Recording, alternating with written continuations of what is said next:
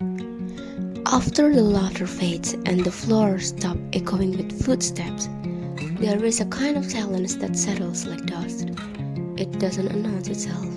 It just arrives quietly, gently. In my hometown, that silence comes a few days after Eid. Once the greetings have been exchanged, the jars of cookies picked clean, and the last of the relatives wave goodbye from their motorbikes with helmets crooked and children squeezed between laps. The roads get quieter. The mosques go back to their usual rhythm, and the house, once overflowing with shoes by the door and chatter spilling out the windows, breathes out a long sigh of relief. And so do we. The stillness is not empty. It is thick with memories. It hangs in the air like the aftertaste of sweet tea. Each corner of the house seems to hum with leftover joy. Awkward smiles, forced politeness, and genuine laughter. You can almost hear the echoes if you stand still long enough. There is a faint smell of air freshener. It mixes with the last trace of fried shallots and santan from rendang that's been reheated 3 times. There are crumbs in the couch cushions, oil stains on the plastic tablecloths, a tower of plastic cups that no one's touched since the final round of guests. The fridge is still full, but feels strangely empty without people peeking into it every 5 minutes. And finally, there is space to breathe and think. To sit on a step outside with a mug of reheated tea, watching chickens whirl around like they've reclaimed their territory. To lay on the cool tile floor and stare at the ceiling fan turning lazily above you. To look at your grandma quietly sewing in the corner, her small frame silhouetted by the afternoon light, and think not about assignments or your phone or where to go next, but about the feeling of now. This is the part no one tells me about. The after the celebration, there's a drop in rhythm, like music that suddenly cuts out mid-chorus. I blink, confused, wondering where the melody went. I wake up and don't smell opor or rendang in the kitchen. The house is quiet, not the festive kind, but the real kind. I find myself unsure of what to do with my hands and with my mornings. The days feel a little too long, a little too still. The routines I abandoned for a week, assignments, laundry, inboxes you try to forget, start whispering again. Not loudly, just enough to make me feel like I'm being nudged from a dream. I fold my clothes and store them away carefully. I wipe down the dining table one last time, even though there's nothing left to clean. Just a habit now. I take the trash out, and the streets feel different. The children who ran wild in packs with firecrackers and sticky fingers now playing more quietly under the shade. Someone's made a toy out of the used syrup bottle. The remains of the fireworks are still there, burnt paper curled at the edges, tiny plastic casings swept into corners by wind and time. The neighbors' doors are closed more often now. Inside, my body catches up with the exhaustion. I didn't feel it when I was running on a sugar and social obligation and visits and greetings and remembering names I swore I wouldn't forget this year. But now, my shoulders ache from dragging bags and hugging a little too tightly. My feet are sore from all the polite standing and taking group photos where no one ever looks the same way. My brain feels like someone forgot to reboot it. And my heart, it feels oddly heavy. Not sad, just full, like a room that held too many people and now echoes softly when you speak. And maybe, just maybe, that's okay. One afternoon I stepped outside. The sun is lower now. The sun is lower now, more forgiving than the harsh days before. The heat no longer presses down on my shoulders.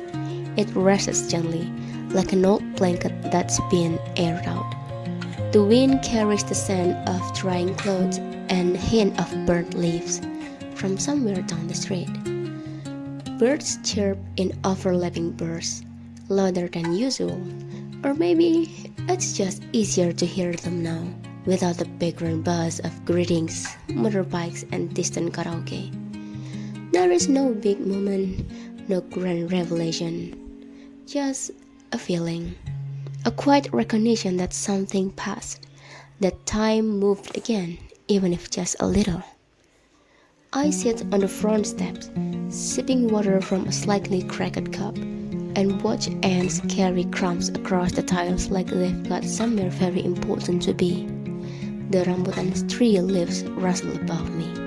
Across the street, someone sweeping their front yard, dust rising lazily into the late afternoon light.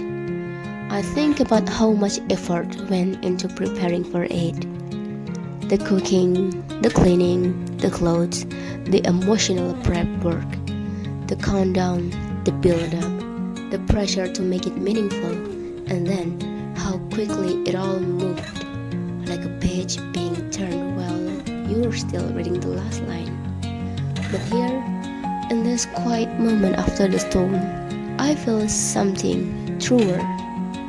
Not exactly joy, not sadness either, just a soft, steady, knowing that you were there, that it happened, that it mattered, even if only in the way dust settles on a windowsill, quietly, naturally.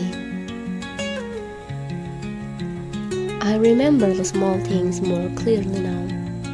The way my mom kept adjusting the plates so the table looked nicer for photos, even when no one took any. The way your dad dozed off in chair mid-visit, arms crossed, head tilted slightly back, only to wake up and pretend he had been just resting his eyes, like this was part of some plan. The faint tension in Grandma's voice when someone mentioned the relative she no longer talks to, how her smile would freeze for a second before she changed the subject.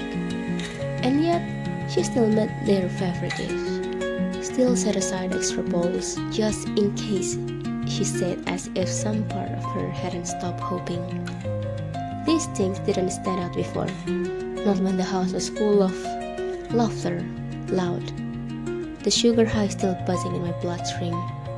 But it's only in the quiet that these details rise to the surface. And I love them. I sit with them. I don't try to fix or rewrite them. I don't weigh them down with meaning. I just notice, like the way wind moves the curtains slightly, like the sound of my own breath, slow and steady after everything else has faded. It's not much, but it's enough. Eventually, I got up from the steps. Laundry wasn't going to fold itself, and the floors definitely weren't going to sweep themselves either. My phone buzzed a few times, friends checking in, asking how the holiday went. I flopped onto the couch and started replying slowly. I'll be in Surabaya tomorrow.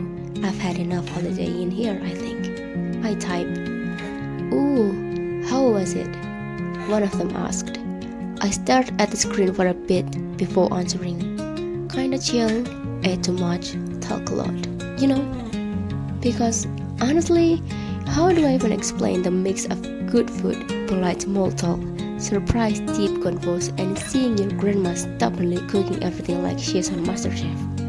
I don't. I just give the highlight reel. After that, I tossed my phone aside, folded the last of my clothes, and swept the living room half-heartedly. The house felt quieter now, not in a sad way, just back to normal. Dad shuffled past me in his casual outfit, still holding the newspaper he definitely won't read. Laughing low like that, who are you texting to? He asked. I rolled my eyes. Friends, the one I told you often. Dad nodded. I see, he said before sitting on the couch and taking out his phone. See? He didn't even read the newspaper. I sighed, dramatically, for effect. Holidays over, but hey, At least the cookies are still around.